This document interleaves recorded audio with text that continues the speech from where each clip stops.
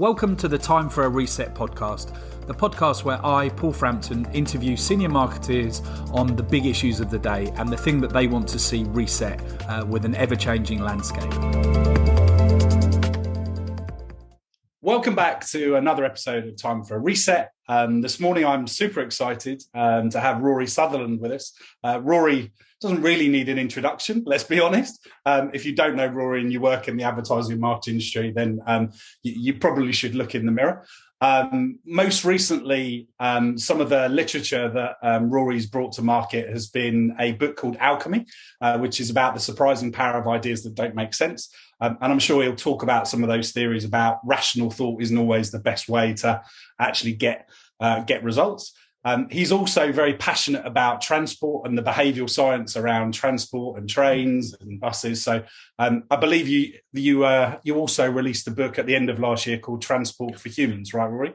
That's right. It's co-written with Pete Dyson. And are we nearly there yet? It's called Transport for Humans, and it's really about the behavioural psychology of transport, because it's one of those cases where, very common cases, where the rational seeming metrics that are used to optimize transport by transport designers and engineers have become really disconnected with what humans care about.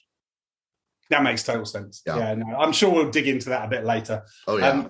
So, Rory, I think you've been with Ogilvy for 34 years and you're the vice chair these days. That's right, yes. Yeah, I joined in September 1988, would you believe it? Yeah.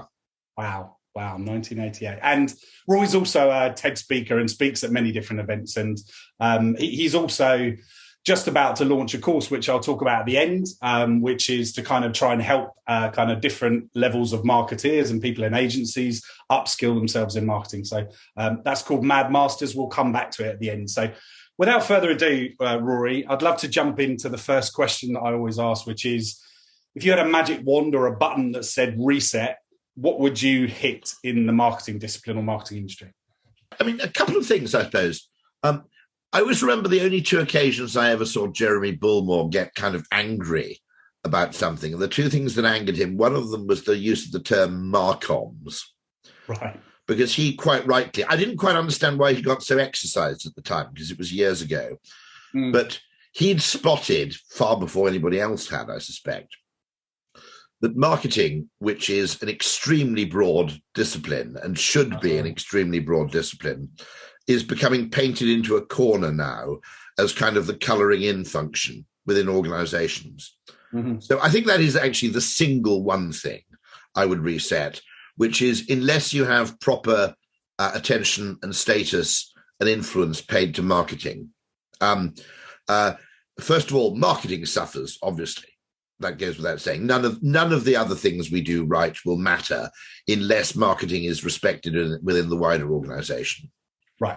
Yeah. Absolutely. But the second problem is, I never realised, and it took me years to realise this, how essentially within any business, it's only the marketing function that really look at the business through what Mark Ritson calls the 90-degree flip, which is everybody else is looking at the business kind of in aggregate as a system, and as it operates internally, and looking at the quantification of the business.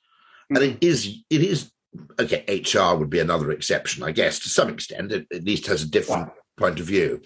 But it's kind of like Zulu, it's just us, only us, who are looking at the question from a qualitative, experiential and subjective point of view, as seen from a customer's viewpoint. Right. And I never realized really, because having started work in direct marketing, which is about as pure as you can get in terms of the customer viewpoint, I've always spent most of my time looking at things from that perspective. And it never occurred to me until it was too late, perhaps, how unusual and actually how vital that perspective is. Yeah, no, I couldn't agree more with you. And I think marketing's that thing, as you say, that cuts across kind of customer growth, insight, and then strategy, communication, strategy, everything. But it's also the thing that everybody has an opinion on at the board. Not everyone jumps in when the CFO presents all of the numbers. And I think when we were chatting in the pre-chat, that you put a really interesting thing out there that made me think, which is there are 4 or 6 cost lines in a P&L, and only one revenue line. Yeah. Which obviously, from a share of kind of focus perspective, means that people always think about cutting costs rather than the things that can actually drive business forward. I think it's Jules Goddard at London Business School who says, there's sort of 1 revenue line and 6 cost lines, and the conversation tends to proceed in that ratio. And at the worst, you have one of the things that was a real epiphany for me was being a non-executive director, and realizing the extraordinary extent, really, to which board level conversation is first of all dominated by costs and sort of fiduciary responsibility, and it's entirely the shareholder interest, and that would be another thing I'd reset, which is the shareholder value movement, right. Which is, by the way, it's one of those things that always gets a lot of traction because it seems to make so much sense. To begin with, until you realize, of course, it's completely incoherent, really, which shareholder over what time scale. No one's answered that question. Right. By the way, it should be technically share owner, not shareholder value. You should be seeking to create, which is another distinction. True. Yeah, but also that is one thing I have noticed, which is that it creates a kind of, I suppose, monocular vision within an organization. And one thing that I quite like about the last 2 years is, for the first time, I think I notice organizations aren't treating employees as though they're infinitely replaceable, right? As if they're just a sort of fungible resource which you buy in. Human resources is actually a kind of horrible phrase, isn't it? Oh God, it is. Yeah, I mean, it suggests that people are just a resource, rather like raw materials or something. Yeah. Well, all the terms are, aren't they? Manager, director. Yeah. Do people really want to be managed and directed? No. No. And actually, the shareholder value movement, I mean, was weirdly a sort of brief fad of people like General Electric and so forth. And what was so strange is how unbelievably readily people bought into it without questioning it properly, because it seemed like and actually, one of the things I noticed about this is, I mean, for example, if you look at things like flexible working, the correct way to look at flexible working is not a them and us kind of zero-sum game.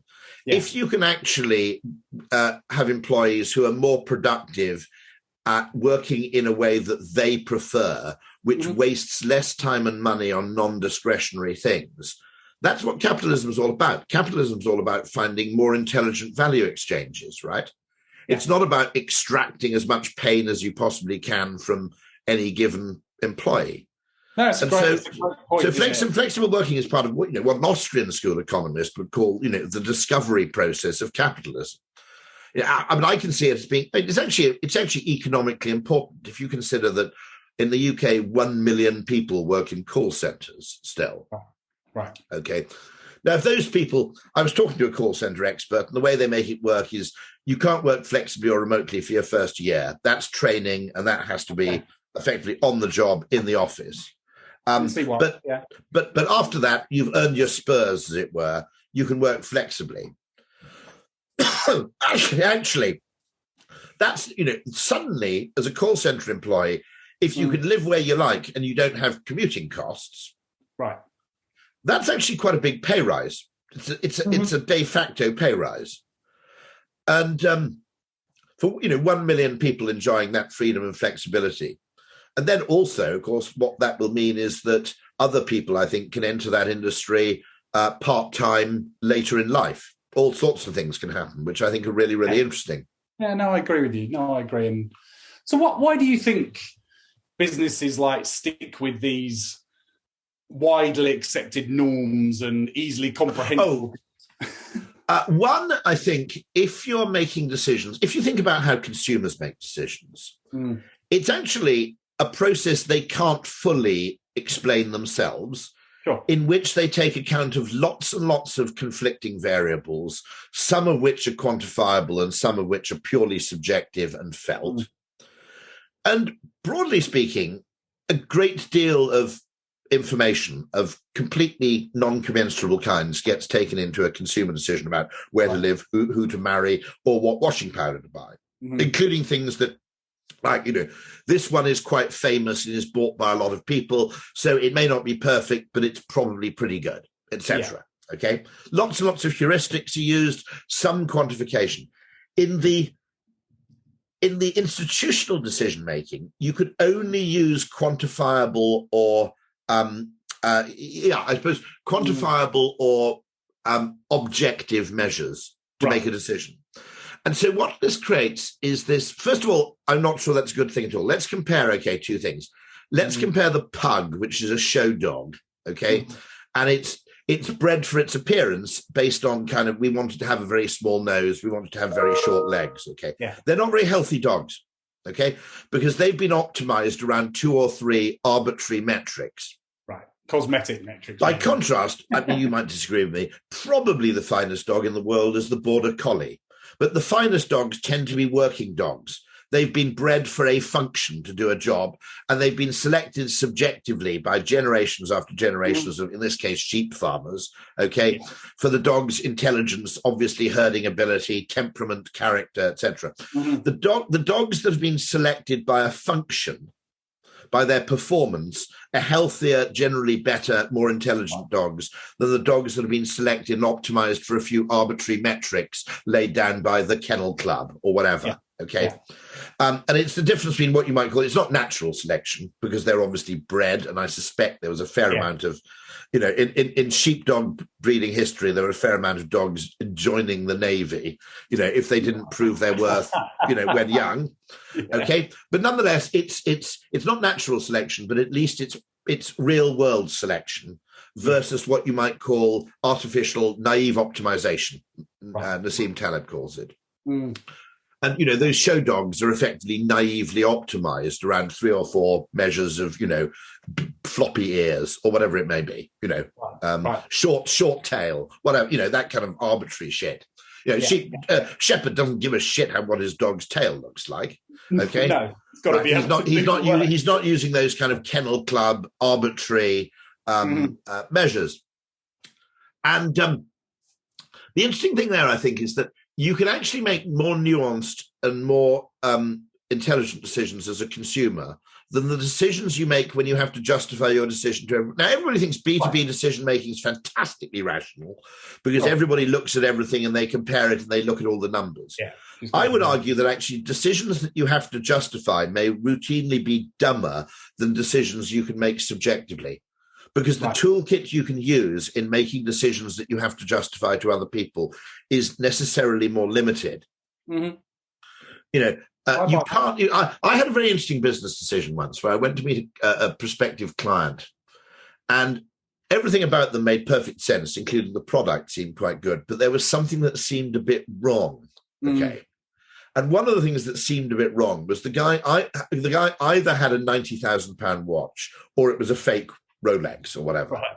But if it was genuine, it'd cost, literally, it was getting into sort of 6 figures. Now, I've worked in marketing for 20 years at that point. I've never come across anybody with that kind of watch. This is a bit rum. But I can't go back to the agency and say, I don't think we should take this bit of business. I found the guy's watch a bit iffy.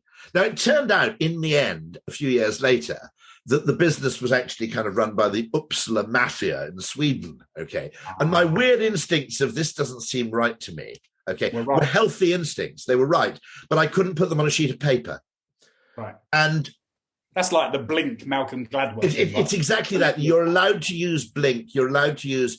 It was Bernard Berenson, I think, the great art critic, who said, "I know when a painting's a fake. I can't explain why, but it makes me feel physically ill. I just know." And actually, what happens when you're forced to justify a decision is, one, you acquire, for purposes of survival within the institution, an obsession with artificial certainty. And so you desperately crave the avoidance of ambiguity, which in itself causes people to run like hell from marketing. Because if you're going to do marketing properly, fundamentally marketing maths, the maths of psychology, is not the same as the maths of Newtonian physics or the maths of economics, for that matter. It's ambiguous. It's a science, because you can learn more about it and get better at it. But actually, it comes with strange things like, for example, as I always say, the opposite of a great idea in marketing can be another great idea. You don't know necessarily when you start out what success will look like. Okay, yeah.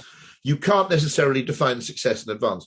But I think we've got to be really careful about this, because this idea of science being the art of optimizing the quantifiable, even when the things you can quantify don't really capture the subtlety of the situation, and when they're incomplete, is actually it's breeding businesses that look like pugs, effectively. Yeah, it's very dangerous. I'd love to come back to that in a second. I think that's a really interesting point. But before we do, kind of sticking with the board, kind of how the role of marketing, the importance of marketing. So what would you say that boards that don't put marketing as a strategic discipline at the top table, consider it kind of a priority, what would you say they miss? I don't see. Well, one answer would be, to some extent, the future. Because unless you believe that the only thing you need to do, all big data comes from the same place, the past, okay? The first thing you learn about statistics is that if you have an unrepresentative data set, you have to watch out. If you're looking at big data, the data set by definition is unrepresentative, because all of it has already happened. It doesn't necessarily reflect what's going to happen in the future, as we learned in 2020 and learned again in 2022. Okay. Sometimes the future does quite closely resemble the past, or is an extrapolation of it. But certainly over longer periods of time, that's not a safe assumption. No, Facebook and Google would argue that they can predict kind of short-term things, but you're right. When it comes to... By the way, one of the reasons you should do advertising is nobody knows who their future customers are going to be. And the pretense that you can, especially actually in things like B2B, okay, the pretense that you know who your customers are going to be and can somehow define them in advance. You can refine that to a degree. And there are people who you could probably predict will never be your future customers. But the idea that with individual precision, you can get it down to perfection is basically a false god. And so I think, I think Facebook, and not so much, maybe Google as well, I think they've peddled actually a false certainty that the truth of the matter is you'll never know, half of your advertising should be wasted, because that's your probabilistic budget, not your deterministic budget, right? Sure, but that's the money you spend finding the customers you didn't know you could have. Yeah, right. If you want to grow, some degree of speculation is required. Never mind the fact. Rory, I agree with you, right? And the long and short of it, the many different things that kind of back up that type of thinking, right? Here's a big bias, right? The long and the short of it, which is short term, close to the bottom of the funnel activity, delivers its numbers very quickly and is very directly attributable because of the short time distance.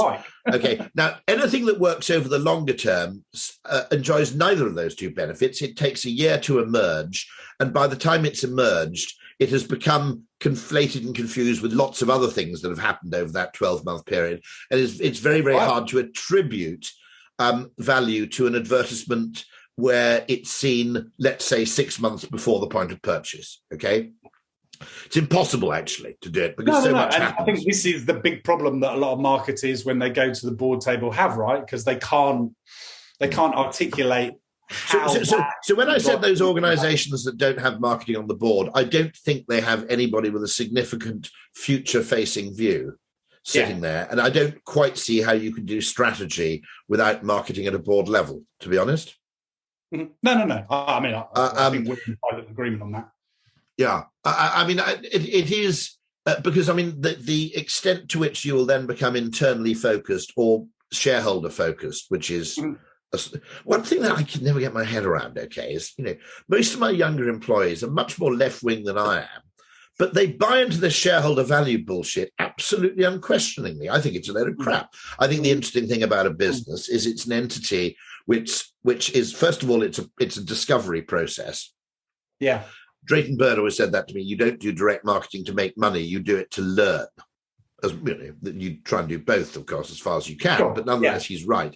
And secondly, it's an interesting triangulation of the interests of investors, employees, and customers, arguably finding new ways of creating value for all three simultaneously. Okay. Right.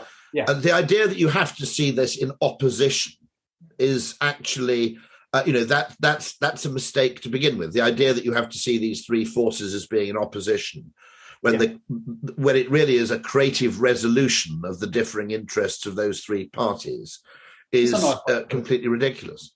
No, it's a really good way to put it. But don't people struggle to be able to balance even two things, let alone three things? People seem to have an intrinsic challenge with. Yeah, no. Well, this is John Cleese was saying this yesterday, which is that people desperately flee ambiguity. Yeah, whereas black or white. yeah, and so they'll pretend white doesn't exist in order to make everything black, for example.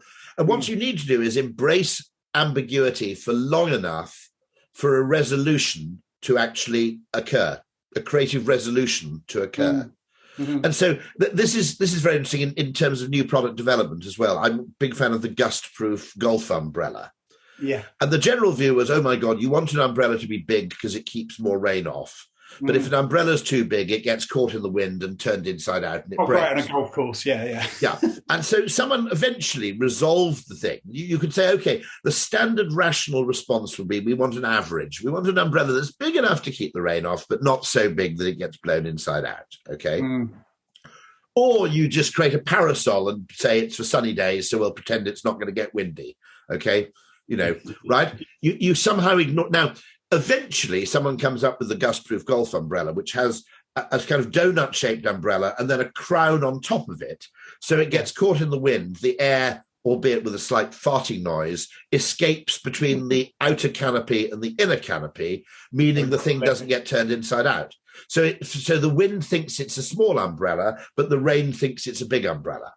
Now, that's a creative resolution of two seemingly contradictory forces. Wonderful resolution. And how do you, as such a massive advocate of kind of behavioural science, behavioural economics, and not always thinking rationally, how do you encourage kind of people that are in these systems within businesses to actually think like the way that you preach? It's difficult. Oddly, when I wrote the book Alchemy, one of the things I didn't expect is I thought it'd be quite popular with marketers and arty people. It's actually weirdly popular with the investor community because they also are looking for a different take on the world. And because if you gold. have the same, and they probably like gold as well. You're right. I never thought of it like that, but the investor community particularly like it because it's another way of looking at the world and another way of understanding how the world works, going deeper into human and consumer motivation to understand that. Actually, there are a lot of unmet needs still out there to be satisfied. And the reason they're unmet is they're unspoken needs. And the reason they're unspoken is that they're probably felt but not consciously thought. In other words, there's a lot going on in the brain which is actually opaque to introspection. We're not consciously aware of it. You might call that the adaptive unconscious. Very good book by Timothy D. Wilson called Strangers to Ourselves. So there's still a lot of potential out there to find ways to satisfy people. I also think, by the way, we talk about unmet needs. I also talk quite a lot about met unneeds, which is things, particularly metrics, which businesses obsess over, which consumers care about less than the businesses do.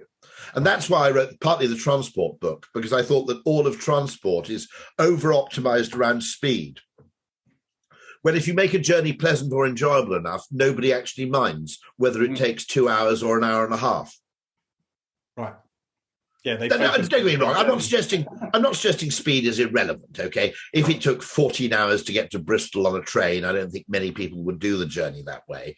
I'm simply saying that when you're already faster than going by car, you need to. Okay, let's look at it from a game theorist point of view. The Eurostar, realistically is never going to be faster than a plane. No. Where the Eurostar can win is the quality of time. Because you spend one uninterrupted period sitting on a train, getting on with some work or watching a film or eating a meal. Yeah. Whereas on the plane, the amount of dicking around both before and after a flight effectively means that although you shave 25 minutes off your journey net, the quality of the time spent in transit is much, much lower. Yeah. Very true. Yeah. Very true. So, I mean, there's these days, there's a lot of new brands that have emerged, kind of D2C, e-commerce, whatever you call them. And they have a very different way of going to market from a marketing perspective to the FMCGs. And I remember you said when we were chatting that back when you started, something like 70% of all spend was FMCG, and obviously now it's like probably 20% or something. Yeah, no, packaged goods and beer was something like, in 1994, there was something like 67% of ad spend, and now it's like 20. And that has a difference if you're an agency, because more and more of your clients are operating not within a marketing culture of a Unilever or a Reckitt or a Cadbury. They're operating within a marketing culture which is an engineering or finance culture. Yeah. And it's much more obsessed with quantification, and it's much more kind of reductionist and deterministic in its mindset. And that makes it doubly difficult. And I often argue that the quality, that a good marketer is someone who can do things that his finance director doesn't like. Because a lot of good marketing, of necessity, will be everything that a finance director hates, which is it's probabilistic, it's experimental, okay? And in many cases, it's fuzzy, and it may be immeasurable, by the way, as well. I think that's important to note. If you do that, by the way, there's an interesting question here. Okay, so let's look at game theory. If you think that advertising that you can't measure at the individual level still works, and you also think that your competitors are too nerdily obsessed to do that kind of advertising, then you should do that kind of advertising, because it's a source of comparative advantage. Your ability to do things that your competitors wouldn't be able to do is definitely something you should explore, because now enjoying excess share of voice when your competitors can't copy you is probably significantly easier. Interesting. Yeah. And I think one of the things is to go into tech companies and say, because tech nerds hate marketing. That's not me, that's Peter Thiel, okay? Yeah, I've heard that. Peter Thiel in his book 01 says, nerds hate marketing, but nerds need to pay attention to marketing because it works on nerds and it works on you. It works very well on nerds, actually. It works extremely well on nerds. Nerds are actually totally susceptible to it. They're just in denial about its effects.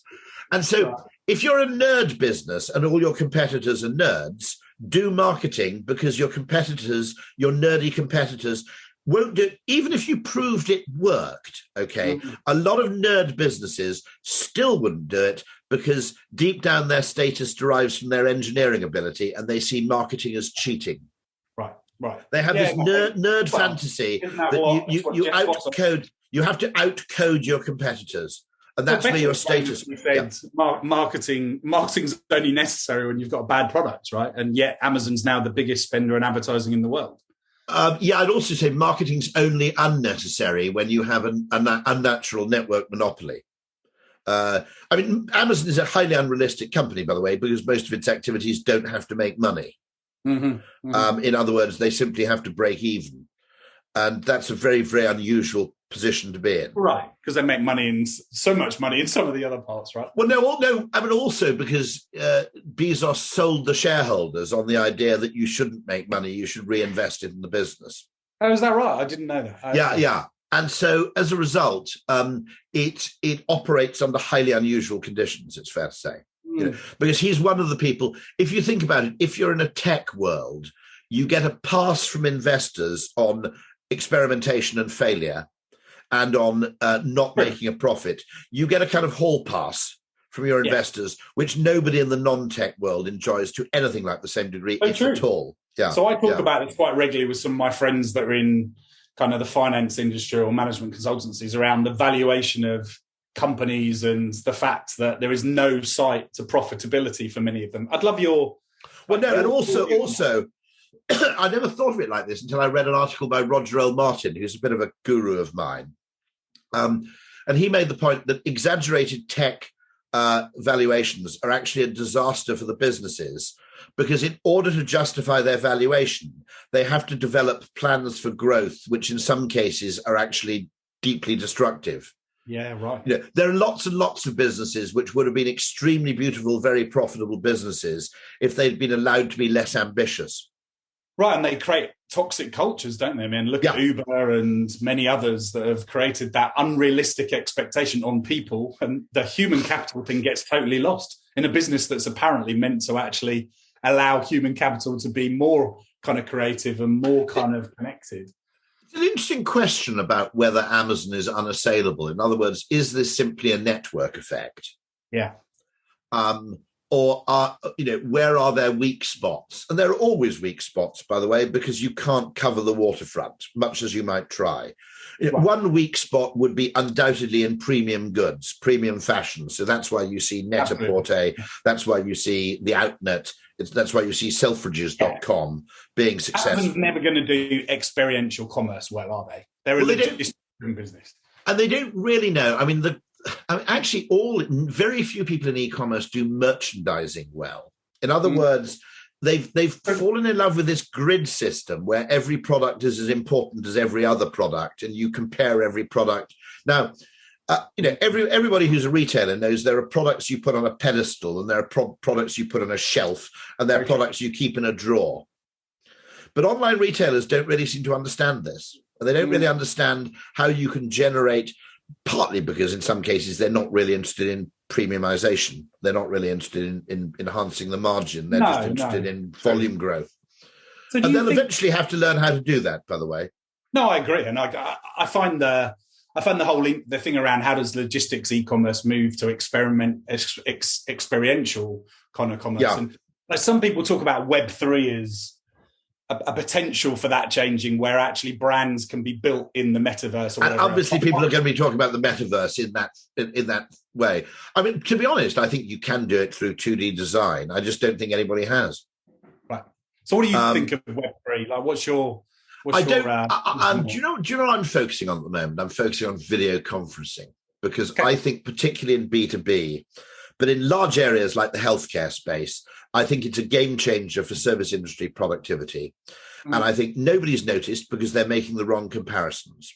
Okay.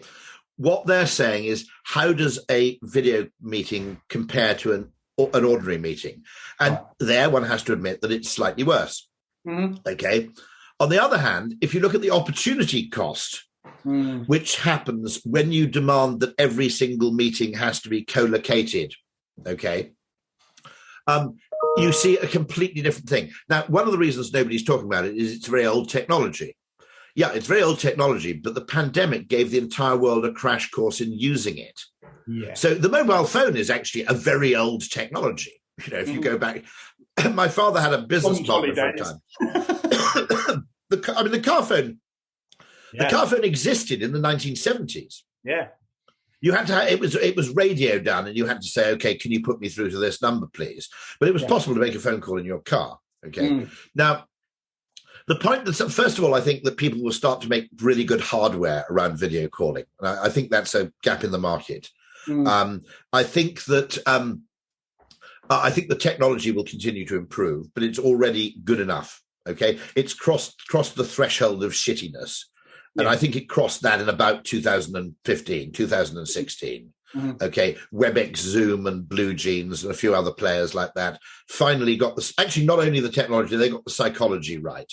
They didn't try and model it on a phone call, which is intrusive, which doesn't work in a business setting. Nobody in business phones each other up anymore unplanned. Okay, much. Very true. Yeah. Although it feels like some of them are maybe taking it to that dangerous place you talked about earlier, which is use the analytics to see how engaged different people on a call are. I've seen that. I've actually been on calls where that happens. Yeah. Yeah, I can see that the HR team and leadership would love that, but it feels a bit draconian, doesn't it? And a little bit like Big Brother-esque. But my point is, this is actually a huge. This is potentially an extraordinarily important technology because it frees people from location. And I'm a Georgist, which he's a weird 19th century American economist. And Henry George believed that one of the problems with capitalism was that as soon as you had any business activity that depended on its location for its performance, the landowners tended to make more money than the entrepreneurs did. Right. Which is happening in Silicon Valley, I suspect, by the way. And so any technology that frees you from the tyranny of location, okay, or the tyranny of transport costs and time to some extent, is probably much more economically beneficial than we think. But also, I think there's a great paper. I'll recommend this to your viewers. Yes. It's by Noah Smith, and it's a Medium post, I think, by Noah Smith, and it's called Distributed Service Sector Productivity. Okay. And he makes the point that there's a famous paper in economics which said that the benefits in productivity of the electric motor were only really delivered when businesses realized that without steam, you didn't have to put everything in the same place and run it off one bloody big engine. And for years, all they did was replace a steam engine with an electric motor, and it didn't really benefit anybody very much. Okay, it was small benefits, but trivial. It was only when they said, no, we need lots of machines with lots of little motors, and they don't all have to be in the same place. In fact, they don't even have to be in the same country. That was when you got the real gains. Okay, and the same thing, I think, and it annoys me because I would take this to the extent where I think that an advertising agency should reinvent its business around this technology. Because the channel we now use to deliver what we do has fundamentally changed, which means that, as indeed is happening, every day, we have clients in South Africa, we have clients in India, we have clients all over the world. It doesn't matter where you are, and it doesn't matter where we are. Right, PowerPoint's not the most progressive way to well, no, I mean, idea, is it? No, absolutely. I mean, that's it's quite an interesting idea, which is why we're still making PowerPoint decks when we could be making films, for example. Right. And all I'm saying is the reason I'm not talking about web. I think there's a natural tendency for everybody to want to keep talking about things that are 5 or 6 years out. And the reason I say that, it's not that the technology is 5 or 6 years out. It's just that mainstream adoption is slow. Okay, it's a sigmoid curve. It's a bloody sigmoid curve. And so, and also sometimes, by the way, mainstream adoption falls off very, very quickly. I'm old enough to remember Second Life. That was a massive fad for about a year, right? Bebo as well. What was that fashion brand that Boohoo. Yeah, there was the other. Boohoo was an extraordinary kind of comet. Yeah. So look, Rory, we could talk all day. I'm really enjoying this conversation, but I'm conscious that we should probably start to bring it to a close. So I'd love, given loads of people are listening to you and thinking, Rory's a genius. He reads. I'm not. The only thing I do is and it probably arises from a disability or from ignorance, which is I just tend to look at business processes and problems in a different angle. And it's not a particularly, by the way, most of your listeners probably do that. One of the reasons we don't do it enough is because it's quite tiring. If you're looking at things from a different angle from everybody else in the room all the time, you either look like a lunatic or you just get tired. Yeah. And so, that's the value. It's a great phrase from, I think it's Alan Kay, isn't it, who said that a change in perspective is worth 80 IQ points. The point is that actually the way to solve problems nowadays is mostly not through computational or mental brute force. Right. There's still a role for that, but most of the time that produces incremental gains. The way to get spectacular breakthrough gains is actually to redefine the question or to change the angle of attack. Yeah. And I don't think people realize this enough, because it's a bit like if you want to prove you care about a problem, you tackle it head on. If you want to solve the problem, you tackle it obliquely. Nice. I like that. Yeah. So with the people are going to think that you're able to kind of absorb and kind of process some of this stuff more than they will, right? So I'd love for people to hear some of the things that you're working on, trying to still get your head round. What does Rory Sutherland spend his time trying to get better at? Effectively, there is always room to progress and learn, because behavioral science is kind of fractal. The deeper you go into it, it reveals different things at different scales, if you like. And some of those patterns, what interests me about the fractal nature is sometimes the trick is to get really trivial, because the patterns that emerge at a small level, the trivial level, also have effects and recurrences at a kind of mega level. One thing that does preoccupy me is environmentalism, where I think that I don't think anybody has developed or designed a choice architecture for sustainable behavior for consumers. They basically said to consumers, you need to stop doing everything. You need to stop doing it now, and you all need to do it simultaneously. Right. Now, it's a completely unrealistic ask, okay? Because Right. Here's a case in point. Okay. What we need to do is give people a menu of options from which everybody chooses a reasonable number of new behaviors. Some of which, by the way, will probably be completely voluntary and preferred. Not all of them will involve sacrifice. I think there's an element actually where, quite a lot of people were grateful for not having to travel on business so much. Okay. Oh, absolutely. Totally. I think quite a lot of people are grateful for spending more time at home. Introverts, I think, were always particularly cruelly treated by business culture beforehand. Creative people also benefit actually through being able to what I call hack their environment. In other words, as a creative person in what setting you tend to generate the best work. And the open plan office gives you no control over that context.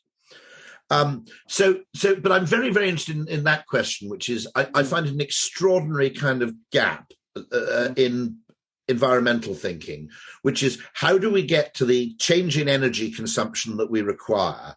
Do you remember that wonderful story, from, I think it was the Sainsbury's pitch, and it was a young planner at Abbott Mead Vickers. And the Sainsbury's business target was they needed to increase sales by X billion over so many years. Right. And she brilliantly, all of them were kind of blinded by the headlights, and she brilliantly said, what this means is that everybody who visits Sainsbury's over the next 5 years has to buy one more thing. Okay. So what she done is she translated a vast aggregate objective into lots and lots of individual behaviors. Okay. She didn't say, by the way, she didn't try and overgeneralize and say everybody has to buy a packet of Walker's crisps or anything like that. It was one more thing. Yeah. Now, what we have is a similar problem in environmentalism, which is the rich need to do more than the poor because the rich have bigger footprints than the poor. It's completely ridiculous to ask the poor to bear the brunt of this. But everybody at least has to not do or stop doing certain things for certain periods of time, not necessarily indefinitely, by the way. Okay. You don't have to give up flying indefinitely. Maybe I'd be perfectly happy for Environmental Pledge to say, I'm not flying in 2023. I'm not flying in 2024. And then I can just say that someone says, we'd like Rory to give a talk in Latvia on, so and so. They're terribly sorry, Rory's having a no-fly year, like a fallow year in farming. Okay. And there's always video conferencing, Rory, right? No, that's now possible. No, absolutely. Totally right. Okay. And, don't buy any clothes for a year. Go plant-free. Go meat-free. So plant-free, a bit weird. Go meat-free 1 month in every 2, whatever. Okay. And if you broke it down into a series of behaviors, some of them can be quite trivial. Put your dishwasher on late at night rather than in the middle of the day. Okay. And if you aggregated all those behaviors, first of all, you wouldn't need everybody to do them because, first of all, when enough people do something, you create a social norm which makes it acceptable for other people to do it. Okay. We're a herd species. And you don't need everybody to do it all the time. So I'll give you an example. Okay, Caroline Lucas, head of the Green Party, I think once a year or maybe once every 2 years flies to New York. You see, and everybody goes, "Oh, it's disgusting. You're the head of the Green Party, and yet you're flying across the Atlantic." Well, fact is, her son lives in New York, right? Well, realistically, either he's going to fly and see her, or vice versa. You can't expect people not to see their children. One way or the other. Okay, but what you need to say of Caroline is fine. You can fly to New York, but you've got to do something else. You get your boiler replaced, Caroline, or get a heat pump, right? Okay. And if we can actually translate the aggregate need into an individual, tailorable, customizable ask, then we can make considerable progress. And nobody's done it. I've been ranting about this for ages. No. Well, electric cars also fascinate me, by the way. That's another area of total. Listening to you, it's not that different exercise and diet, right? You can eat badly, but then you've got to eat well to make sure that you level out in the right place. But of course, people don't. So it's still going to lead a lot of nudge behaviour, isn't it? That's very astute. You've spotted the fact that health is actually very similar. We ask everybody to adopt as many healthy behaviours as they can, despite the fact that probably 3 of those 15 behaviours will make more difference than the other 12 put together, depending on what the person's likely risk profile is. Okay. In many cases, they told everybody to cut out salt. Actually, salt isn't bad for most people. It's a fairly small minority of people who are adversely affected by salt. Now, the trouble with that is you're asking people who like salt to quit salt, even though it doesn't benefit them. Yeah. And eventually, if you ask people to do 15 things, the solution they arrive at is to do none of them. No, yeah, absolutely. Because they're blinded by the headlights. It's a totally unrealistic ask. Yeah. So, Rory, two last questions. One, I would love to hear a little bit more about the kind of Mad Masters thing you're doing. And two, if you leave the audience with one last bit of advice to take away from today, that would be wonderful. Right. So Mad Masters is going to kick off, I think, in May, but you can obviously sign up right now because there's actually a discount if you join early. And it's a 12-part kind of educational program organized by the wonderful people who bring you MadFest to generally encourage people. First of all, I think what I hope it does most of all is to make sure that people in marketing regain a sense of their own unique importance. Because I genuinely think that people in marketing have been kind of, to some extent, battered down by the cult of quantification to a point which makes it very difficult for them to do their jobs. And also to become far more confident in creative experimentation, because I think that's something that also tends to suffer under a kind of under the microscope of obsessive, the obsession with attribution, which I think has become deranged. I started off working in direct marketing, and I should have warned people about this, okay? Which is the great thing about being able to quantify is you can test and experiment and learn, okay? The bad thing about being able to quantify is over a time, you're never allowed to do anything you can't quantify, even when it makes obvious sense to do so. Right. Yep. So, one of the things I always notice is that, for example, things like sales and customer service call centers, instead of being measured on long-term customer retention and satisfaction as they should be, they have satisfaction. Customer sat is just a hygiene factor, and they're measured on stupid things like the speed of call handling. Yeah. Okay. Which is absolutely possibly an inimical value to the potential value you can create by solving consumer problems very, very well. Right. Okay. It's completely throwing away a much, much bigger opportunity for the call center to genuinely contribute to brand value. Yeah. No, I can see that. So people are going to learn a lot about these type of things. And what I hope I do is to both broaden people's conception of where marketing can play. Nice. And broaden people's conception of, we need to get back into price conversations. We need to get back into new product development and innovation, because marketing and innovation are fundamentally the same thing. Okay. There are two ways you can create new value in the marketplace. You can either find out what people want and work out a clever way to make it, or you can work out what you can make and find out a clever way to make people want it. And there's no economic distinction usefully to be made between those two directions of travel. Nice. And one final piece of advice? Marketing is not an optional extra, because human perception is very strange to begin with. It focuses not on what things are objectively, but on what they mean. Meaning is context sensitive. Meaning generates emotion. Emotion drives behavior. Therefore, behavior is context sensitive. Therefore, you can't really, instead of thinking of marketing as an optional extra, it's like the icing on the cake or the cherry on top, increasingly, okay? Instead of thinking it like that, which is, you cannot duck marketing questions, because there is no form of consumer perception of any product, good, or service which is context neutral. Nice. We can't do it. We can't see that way. Just as we don't actually perceive temperature like a thermometer, you know those American weather forecasts where it says feels like, okay? Yeah. Okay, we don't perceive temperature in that way. It's to do with humidity, to do with whether there's a breeze. A whole bunch of other factors actually determine how hot we feel, other than what the external temperature is. And so the attempt to deny that in the interest of turning business problems into engineering problems, okay? Yeah. If you look at it, where do management consultants get their recruits from? They get them from engineers, right? It's no wonder there are loads of potholes in the fucking roads, because, every single engineer who could be fixing the roads is busy working for bloody McKinsey, right? Yeah. Okay? And actually, this urge to basically try and pretend that business problems are purely engineering problems, because of the kind of certainty and also blame avoidance that gives you, is an unbelievably big problem. It's not an optional extra. You have no alternative but to do this. Love it. Fantastic, Rory. Well, look, I've always enjoyed talking to you, and you've taken us on a whistle-stop tour of so many things. And like, I think that the thing you've done for a lot of people listening is reminded them of the hugely important kind of discipline that they work in, and inspired them to kind of think about it in a different way, and to think about marketing as this holistic thing rather than just as Marcomms. As well. To understand marketing, you can't understand marketing at the level of marketing. You can't really appreciate it. You have to go up one. You have to go up one to the level of human perception and decision making.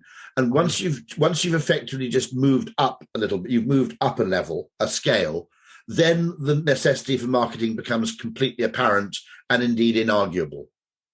But within marketing itself and within the vocabulary of marketing, you'll never actually make sense of marketing. Nice. Well, I can't think of a better place to leave it than that. Apologies to the listeners. There's a few little noises going on. I think one of us didn't left our machine on, probably me. But all that remains is for me to say thank you to Rory. Check out the Mad Masters course. We'll put the link in on the video and the podcast. And yeah, come back for the next episode. Thank you, Rory. Appreciate your time. Always a joy. Thank you very much indeed. Bye-bye. Thanks for tuning in to another episode of Time for a Reset. I hope you enjoyed this one as much as I did. We'll be back talking to a senior marketeer very soon. Make sure you don't miss out on any new episodes by subscribing on Apple, Spotify or SoundCloud, and leave us a review at timeforareset.co.uk.